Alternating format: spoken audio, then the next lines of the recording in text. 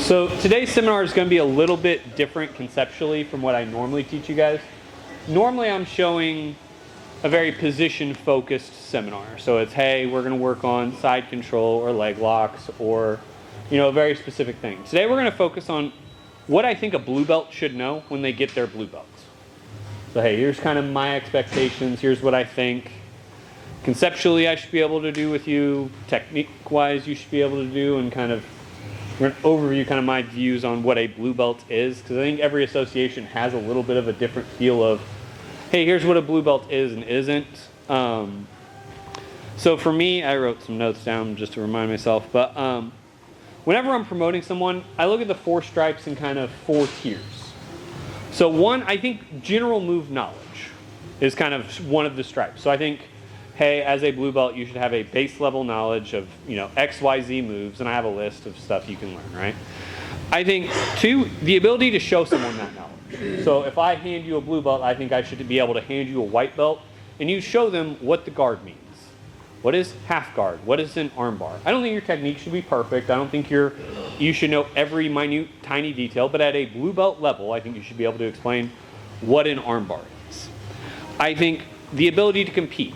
Now, I'm not one of those coaches that thinks you should be able to win worlds to get your next belt. I think that's crazy. I know coaches who do that. That you have to win a major tournament before you get promoted. I don't think you should have to go compete to get a promotion. I like most of my guys to do a couple, 1 or 2 tournaments a year. Because I get at $100 a pop, plus travel fees, plus everything else, tournaments can get pretty out of hand cost-wise pretty quickly. So I don't think you should have to compete. I know certain gyms that have like a competition number that you have to hit before you can get promoted. I think, can you compete in the room with your fellow teammates? If I make 2 white belts fight it out, it should look like a white belt match. But if I make 2 blue belts fight it out, I think it should look different, right? And then personal growth, obviously, I know you guys, jiu-jitsu and martial arts is a way to progress not just on the mat, but off the mat. I think it's a great way to learn and grow as a person. I think it's made me a better, calmer, more decent human being in a lot of different ways. So a couple of my expectations when I hand a blue belt to someone. One, I think I should be able to hand a blue belt a fresh white belt off the street and then learn 3 or 4 things in an hour. You shouldn't be able to download all of the knowledge collectively of jiu-jitsu into a white belt in an hour, but you should be able to show them an arm bar and a sweep and a simple guard pass in an hour in a way that a white belt would understand. I think that's a very collective thing we should do. So today we're going to cover kind of what I think a blue belt mindset should be while you're rolling. So I think at white belt it is very much reactive, and it's very much what is the next thing I'm doing. It's not a lot of options, it's not a lot of ideas, it's, oh my God, he grabbed my collar, I have to address that. Where I think at blue belt, you should have kind of an A or B path option. So if I go to do something, I should have an A or a B path. So today's seminar is going to be pretty quick hit because most of you guys have seen the moves I'm going to be teaching today, but I'm going to be walking through more of the mentality of that. And we're going to go through what I call an A path and a B path for each of these technique series, all right? So I'm here with Hackett, and we're going to start full guard first in both of these series. So boom, we're going to start with a simple guard break, right? So we're here just reviewing our most simple guard break. We're going to set our grips. I want to set on my dominant hand, roll that to the center, grip on the hip, open my guard, boom, lever down and break. And I'm pushing back to break that guard. Once you feel the guard break, you come up to a knee up and you're here. Now, as a blue belt, I think you should be able to have an A and a B option here. I should be able to either pass on the ground with a staple, or I should be able to stand here. Boom, and come do other pass options. So that's the type of thing when I'm talking about an A and a B option that I'm discussing is, hey, I think when you get to a certain position, it shouldn't just be, oh my gosh, I have a set of train tracks that I have to run down. It should be like we talk about all the time, the choose your own adventure book. I should be able to choose A or B and decide which path I want to go down. So for option A, we're going to be here, we're going to stay on the ground and passing. So I have my grip on the gi, have the grip on the hand. All we're going to do, I'm gonna knee cut across, boom, and post here on the outside with this leg staple. Okay? So we're here in the guard. Boom. Couple key details in this from a technical side, now that you guys kind of get the concept. When I set my grip, I don't want to just post my hand right in the center. I want to get control right about where his sternum is. So I want to kind of make the ball of that fist sit right into his sternum. When I'm grabbing that hip, you guys all have that little loop from where the string on your belt is. I want to grab that right here, and I want to roll my elbow in. A lot of people just kind of dig their elbows in. I'm not trying to dig with my elbows, I'm trying to lever his thigh, not dig an elbow in. When I open up, I open wide first, then my other knee comes up that center. Once I'm here, I push that leg down as I push my hips back. As soon as that guard breaks, boom, I come up, come to this open guard position. As soon as I feel that, hey, I want to take option A in this position, I'm going to press that leg down. My knee comes from center line to staple. My outside foot takes a big step out to have a good base. And I always want to be looking for this underhook early and often. You don't pass without an underhook. Very bad idea. So boom, we get to here. And this is going to be where we stop, and then we'll go over A and B for our next option. Questions on this guard break or the staple? That's one we rehearse a lot. That's the one we lesson a lot. Sometimes I miss that option of the kickstand option instead of baseball sliding. Yeah. What makes you decide when you're doing your... That'll be what we go to next, is whether we want a baseball slide or drive across. Okay. Yeah, so that's why we're stopping here, because then we're going to go over what is option A and B once you get to that staple. So we've passed the guard, we've gotten to that. Where do we go next? Do we want to slide to side control, or do we want to drive across to mount? Okay. Then So, go ahead. So that's going to be kind of what we're progressing on to next. But hold on to that thought. That's coming. But next. Yes, sir. Then I guess my next question would be, what made you start with this versus standing guard passes? So some of this is going to be preference. Some of this is going to be reaction based. And some of it is going to be opponent based. So versus James, who has a great guard and I think is going to be going to have great retention and things like that. If I stand up versus a guy who's very good at retaining guard, it's a lot harder to pass because they have a lot of hip mobility and they can move. Versus if I come here, boom, I break, I step, I come out, I've now pinned this leg down. I've killed a lot of his mobility, which will make his regard and all those attempts a lot harder. Where if I go to standing, I may go standing for someone who's a little less athletic or a little less active, because I'll be able to still pass that way. So it's 1, my preference, 2, a little bit based on his reaction, and 3, a little bit based on what I think he's going to be good at. So having those options lets me make that decision. The difference, one of the big differences between white and blue belt is reacting versus deciding. At white belt, you're reacting a lot.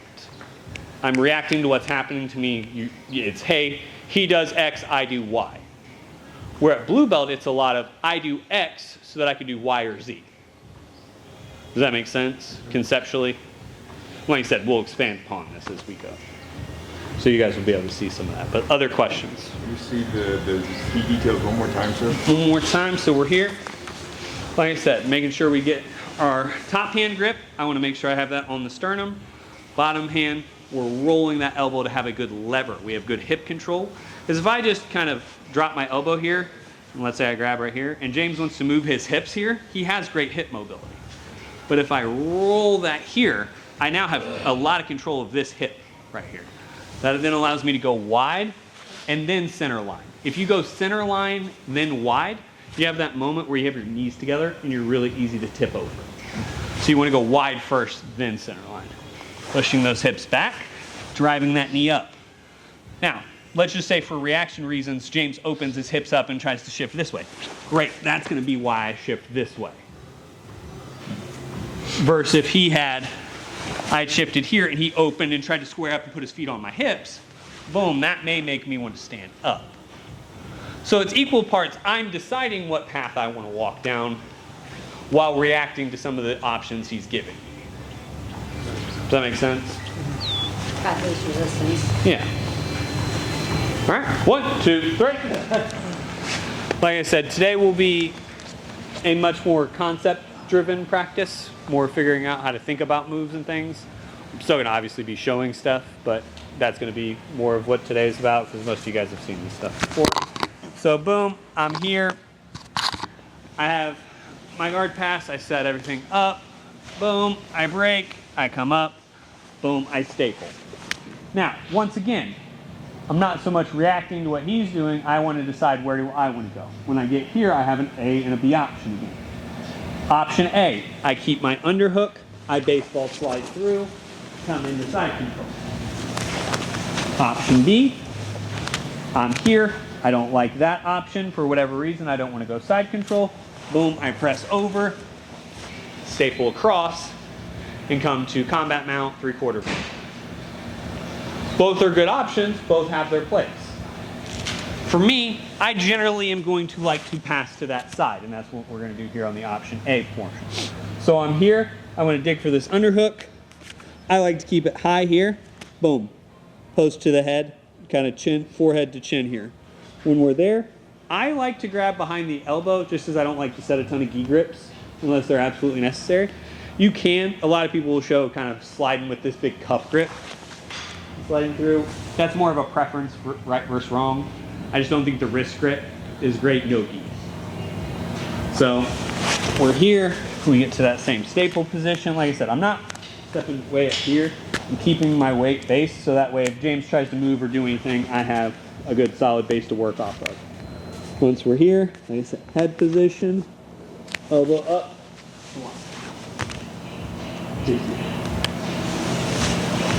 Questions on that portion of it? Your head placement, very specific on his face. Where? His cheekbone? Yeah, I'm trying to hit my unicorn horn right across that cheekbone. Because equal parts discomfort and head control. Because if he head fights back in there with me, it tells me he's going to try to wrestle in there and do all those things. But if I can get that head pressure and get that control, it gives me a better opportunity to keep him pinned there so that I can go to side. Does that make sense? Mm-hmm. All right, so once we're here and I'm in side control, boom, we have a couple options. One, I can stay in this almost scissor side control, which is great. A lot of great options. I think I've even taught the seminar here of the leg Kimura series and all the fun that can go on there. Or I can transition back to work more of a passing pop-up scenario. So that's what we're going to do. We're going to combine these two steps. Boom, boom. Break to pass to knee on belly. So boom, I'm here. I'm going to come back up here. Now when I know I'm going to pop knee on belly, I'm going to have my hip side knee right in his hip bone. My head side knee, I want level with his shoulder. Good underhook on the far side. All right? So this hand, all I'm going to do is drop that hand back to the hip to that same grip we had for passing. You're just grabbing that same position. There's always going to be some bunched up fabric there, and it's just great hip control there. Boom. This hand, you don't want to scoop the head. I'm generally going to set my top hand as I pop up. I'm just going to cap his shoulder. If you want a physical grip, you can grab the gi. I just prefer hand placement here. So we're here, and I'm not jumping up. Like a lot of people will like oversell this, like overdo it a little bit. When I'm here, I pop to slide that foot in. I have to slide my knee across this center line for two reasons. One, point. Two, I have to tuck my foot so that I don't get heel hooked eventually. If I leave my foot hanging out here, he's going to scoop it and it starts to count. So you have to drive that foot all the way across here, posting that back foot out. I'm going to lean back into James's thigh here so that I'm not putting all 200 pounds of me on him right now. As far as knee positioning for knee on belly, depends on what you want. It's kind of a scale of, do I want more control? Do I want to inflict damage? I like to balance those and just point my knee at a 45 at his shoulder. That puts all my weight through his chest with giving me maximum control. If I'm pointing my knee straight at James's head, it's very easy to get bucked off. But it is very tough. Like I can really put pressure down here. If I'm driving my knee straight across this way, I have great control. I have great mobility here. But James is fairly comfortable in this position because I'm not, all my weight's kind of distributed across my shin. Whereas when I'm here, it's good balance up. It's hard for James to just push my leg off, but it's also great as far as a control position. All right. So we're here. Boom. Set my grips. Wide. I brake. Come up. Staple through. Boom. Once I get here, I make the decision I'm going to slide through. Come to traditional side. Hip grip. Shoulder. Pop. So I've made choices along the way of the path I want to follow. At each of those, if he would have countered, if he reacted differently, I had 2 streets I could choose, but I'm choosing the one I want to go down. Does that make sense? Conceptually, that's the difference in between white and blue. Choices you make and why you make them. At purple belt, I expect you guys to have more options in the bar. So, the move in a flow chart type scenario, you start here, and at blue belt or white belt, it's basically a straight line. It's I do this guard pass to this thing, to this, to this, to this, right? Where at blue belt, it should be I do this thing, therefore I have these 2 options. Each of those 2 options have these 2 options. Each of those 2 options have this, and your web goes down and out further. Like the triangle gets wider. As you get upper belts, it gets wider and deeper. That's the difference in between white and black belt. It's just I have more options than you. You know how to do 3 moves from half guard. I know how to do 24. That's the difference. It's not that it's magic. It's I've been in more scenarios than you. I've been training for 15, 16 years at this point. That's the difference conceptually of how you should be able to visualize this. Questions on sliding through to knee on belly, or sliding through and then popping up to knee on belly? Are you going over another transition, or we're just doing this? Yeah, we're going to go next transition. Once we go to knee on belly, we're going to go. Drill this first, I guess. Yeah, drill this one first. The knee on belly option. Yeah. The degrees Yeah. of which where you point the knee. One is for pinning and maintaining. The other is for just pain tolerance. Yeah. Pain compliance is more what I describe it as. So if I'm here with James, It's brutal. and let's just say, for whatever reason, James is just on my bad list today. Oh, yeah. Grab his collar, you grab his knee, Ooh, yep. Oh. and you can just that someone into submission. Now, if you're with me and you get submitted from knee on belly like this, and your rib is not broken, I will give you the pass of broken ribs. If you were in knee on belly and you tapped a knee on belly for anything other than, oh, I snapped 2 of my ribs, just know I will take whatever belt you have. Leads into a conversation we were having in the car. But yeah, it's pain compliant. So sometimes I want him to react. Like sometimes I'm here and some guys are just defensively sound. You're going to beat them on points, but they're impossible to sub. Some people, stubby fat guys, seem to be my kryptonite of like, they're just kind of barrel chested, but they have short arms. For whatever reason, that is just a nightmare. I couldn't wrestle them. I couldn't, like it's hard for me to submit a lot of those guys. So I have to force his motion. So if I'm here and he's moving around and doing stuff, that's great because I have more things I can do. But if he's just kind of home alone defensing it up here, it's really hard to get him to do anything. Even if I pass him, he's just kind of there.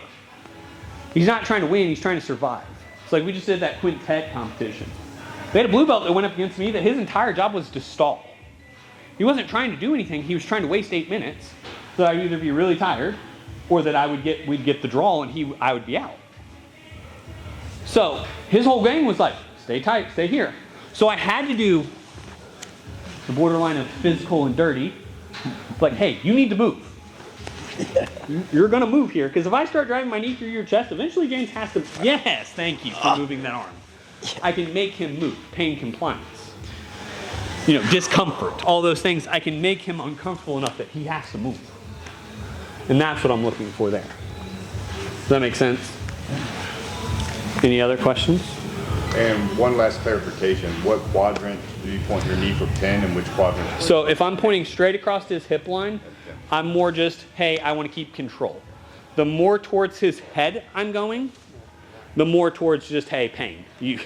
It's more from, hey, I'm trying to hang out here, score my points, to I'm trying to drive my knee through your chest. Like that's the sweep you go. I like to just kind of point right past his shoulder. So like if I'm here and his head's here, I'm trying to point just kind of that way. So I have some pressure on him, but I have good control. That's more my preferred. And your control points are, you know, that collar. Yeah, I like to keep, so if I'm here with James, I'm not big on like having super defined grips here, because unless I'm really trying to score here, grips aren't helping me progress. So for me, I'm going to float my hands on your hip and your shoulder. Because if you start to move or do anything, boom, I have good control points here, and I can transition. So like if I were to do like a knee on belly seminar, like you can transition there and come through. Yeah. So I'm keeping those hands, top hand on shoulder, bottom hand on hip. All right. Driller out. 1, 2, 3. All right, so I'm here. Boom, I get here. Boom, I open. Step through. Boom, I'm here. I pass. I pop up. Boom. Now, couple options I can do here. One, I can attack from here, guys. There are some halfway decent knee on belly attacks. I can go to an armbar. I can go to some chokes, some good things. For me, not generally going to be where I like to go. I like to pass them out. Always want to be in dominant position when I can, right? Establish dominance, then attack. So once I get here, boom, all I'm going to look to do, I've already come here. I'm going to look to push him across that little bit. I'm going to lift my heel to my butt, windshield wiper my leg across, and settle into mount. Once we're here, options bar, right? Pretty open, you're in a dominant position. The options basically break down two ways. Am I going to attack his neck, or am I going to attack his arms? Option A, option B, once again. For me, I always like to attack the arms. I feel like I have a good attack here, especially from mount. I just felt a better attack series from here. So once I'm here, I'm gonna, most people are gonna go into, I refer to the Home Alone defense, right? When he puts the aftershave on, right? A lot of guys are gonna start hands to neck, elbows in, defend themselves. So when I get here, I don't like that, right? All I'm gonna look to do is sneak one leg up higher. I'm gonna look to scoop with my other leg. So I like to come here. I just like to gasp top of his head, slide this leg up, scoop this leg over. Now, once I'm here, I'm attacking this top side arm. I'm going to feed my hand through, and I want to get my elbow connected to his wrist. This hand, you can either scoop the leg or scoop here, but you want to say the Pledge of Allegiance with your other hand. You'll remember it the day you die. That's the nice part. The Pledge of Allegiance. You can grab your collar. I just like to connect here. You can scoop here. Once again, you're going to windshield wiper your leg. Bring that foot over.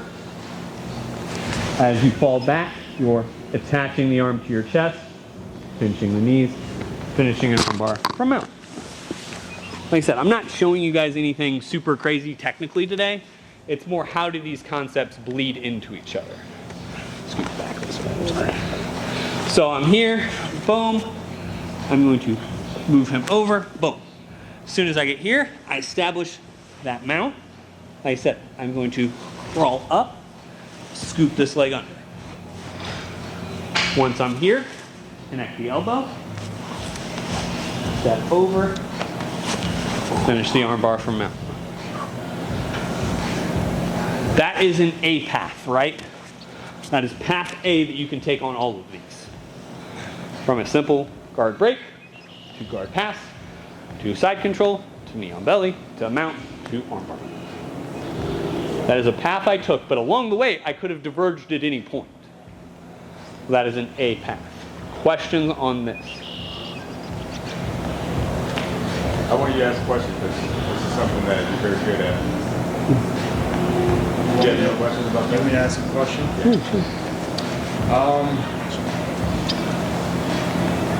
I guess one thing I noticed was that when you I also like to scoop the head Yeah. and go into high guard. I don't go into S mount off of that. Yeah. Definitely gonna try that. I feel like you scooped up the arm. You made that look easy. So biggest thing when I'm scooping there, so James goes flat to mount here. Boom, if I'm here, it's when I'm driving this leg up, a lot of people just kind of drive their hips up, but they leave people's elbows kind of out. When I'm here, I want to keep his elbow in, and I want to kind of drive his elbow up my thigh, because it gets it away from his body. So think about any powerful lift that you guys do, you're a personal trainer. At what point do you tell your client, hey, then you fly your elbows out as far away from your body as possible and then do that? You roll your shoulders in and engage your lats, the exact opposite from power. Right? Every powerful motion that most human beings are designed to do, designed or evolved, pick your choice, right? Comes from balanced body, elbows in, being able to push, pull, whatever you're doing comes from that. So I'm trying to separate his elbow from his body as often as I can. So when I drive this up, I'm driving this elbow up so that I get his elbow away from his body. So once I get here, boom. James is a strong kid. He can't get his elbow down now because one, my body's in the freaking way. But two, he's not strong here. At no point in bench press has anyone ever taught you to bench press him. So boom, once I get there, I'm going to collect. I'm going to insert my hand through the elbow and sneak it out. Because if I pull on James's elbow, I can pull it till the cows come home. It's not arm barring him there. The second I slide that wrist to my elbow and I say that Pledge of Allegiance, Oh yeah. now I have his arm collected in a meaningful way. Now I can step over and does that make sense? Yeah, thank you. So those would be the key details. I would get that elbow away from his body. And like I said, connect that wrist to your elbow. Because that's going to allow me to, I don't fight you fair. You're a strong kid. I'm not going to fight you fair. I'm just not. If I fight James's arm to his arm, that's a fair fight. I'm not going to do that. That's silly. I'm in a dominant position. Why would I fight you fair from a dominant position? I'm going to attach this to my chest. Then I'm going to drive my hips, my chest, and my back into this. Oh yeah. And take your arm. He's like, we're already talking. James loves when I go over really intricate details for a really long period. But do you get what I'm saying there? It's, hey, don't just fight him arm to arm there. Connect that, get to the end of that lever, and extend everything. Yes, sir. Thank you. All right. Your non-pledging arm, Yeah. what are you doing with that? You can scoop legs, you can hand fight, you can control the hip.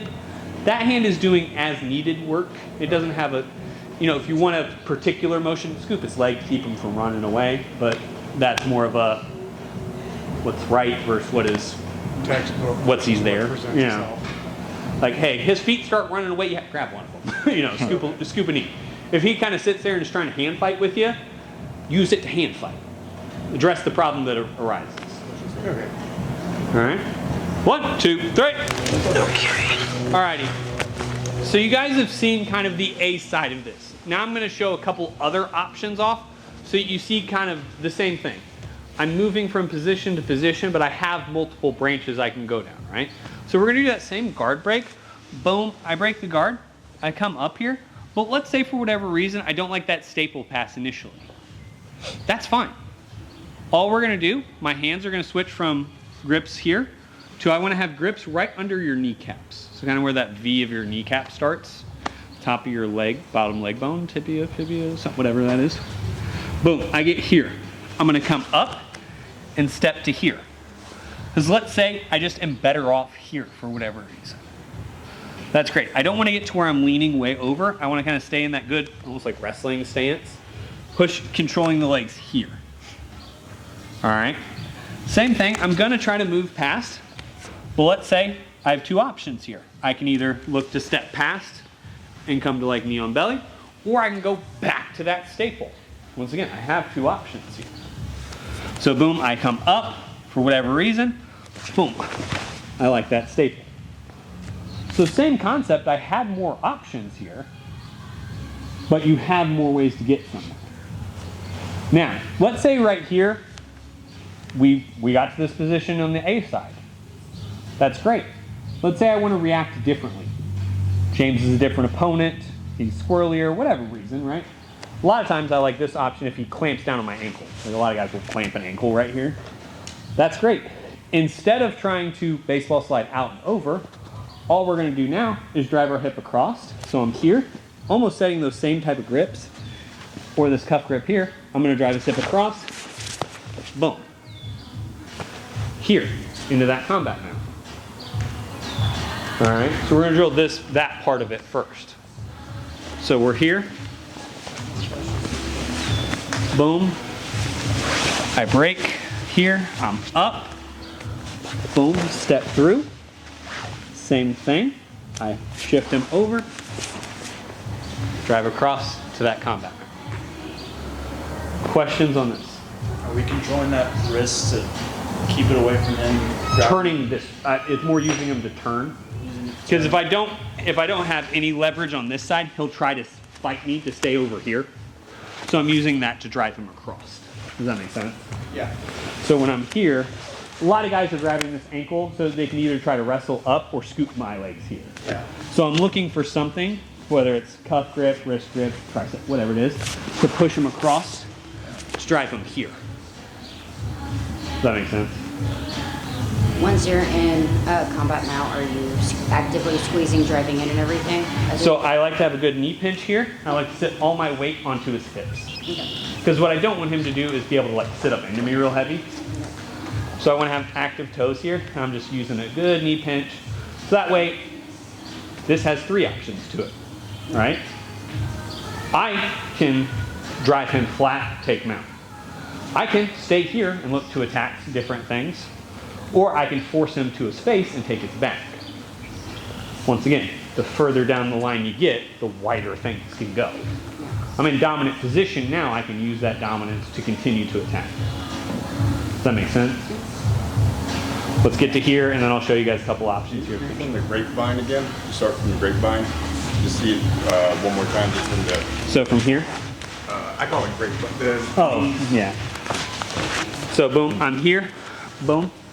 I step through, try to go to that staple. A lot of guys are gonna bite down there. I'm still gonna come here, look to drive that arm across, and come to that knee pinch. Thank you, Chris. Because once I get here, then we'll go over, once again, an A and a B option. What can you do here? The more options you can give yourself as you progress, the better off you will be.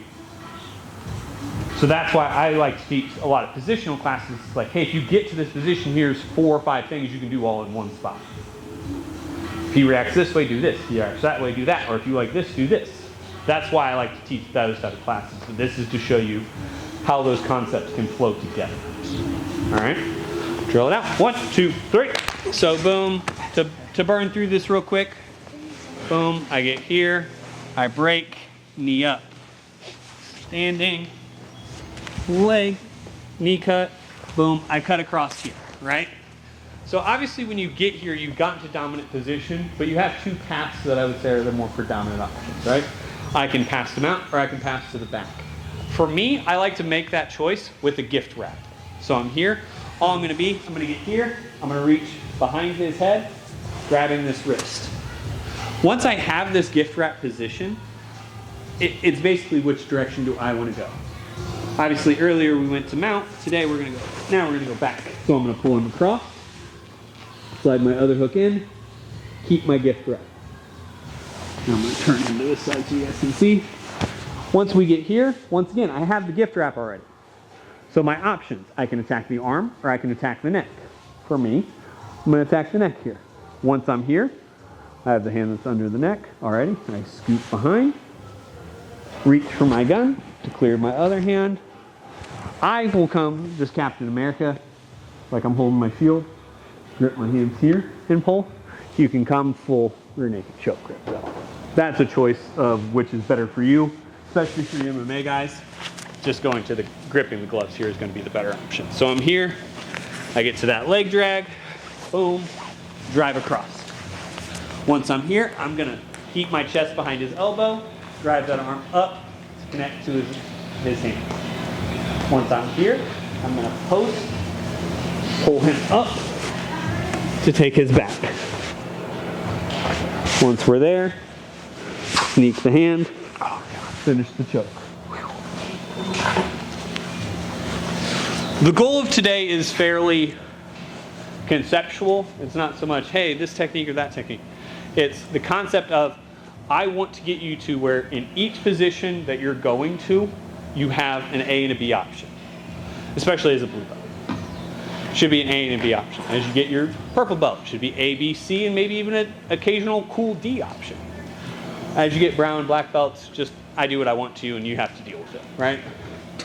But that's the difference in between a white and a blue belt, like I said earlier, is reaction versus intentionality. At white belt, you're just reacting to what's there. Oh my God, he did that, I do this, you do that, I do that. It's kind of just a back and forth ping pong match. Where I feel like blue belts have a little more intentionality of how they set things up and the choices that they're making. That's what I think is the difference, is you have enough knowledge to go, okay, I get to this position, I have A or B. I get to this position, I can do one of two things, one of three things. I have a lot of good options here. I'm forcing you down a path that eventually leads to me in a dominant position being able to finish the match. Make sense? Questions on kind of the overall general concept of today? I think it was not last seminar because I was Ashi, but the seminar before. Yeah. And like you said, sometimes I'm not the best at explaining things. Yeah. About when you do that gift wrap to take you back, and how would you, in your black belt literacy, explain? I'm not pulling him on top of me, and how do you stay in that position so he doesn't just so you don't lose the pin? So when I'm here and I get to that, boom, I have that and I get here. I'm not pulling a weighted blanket on top of me so that I can go to sleep. I'm pulling him from one hip to the opposite hip. So he's laying on this hip right now. I want him laying on the opposite hip. So I'm here. I'm not pulling him on top of me so that we can lay here together and snuggle. I don't care if that's what you're into. Don't do it here. I want to get him to the opposite hip so that I'm in dominant position and I can set my other hook. Does that make sense? All right. Is there a quadrant of where you should be when you have back, chest to back? So, you want your Superman logo in between his shoulder blades.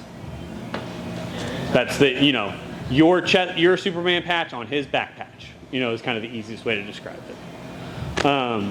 So for like me, I'm here where my top team logo would be. I'd want right in between the middle of his shoulder blades. So that way you should be able to kind of be ear to ear with that gift wrap position. Other questions? All right, let's show that last one out a couple times, then we'll get you rolling. 1, 2, 3.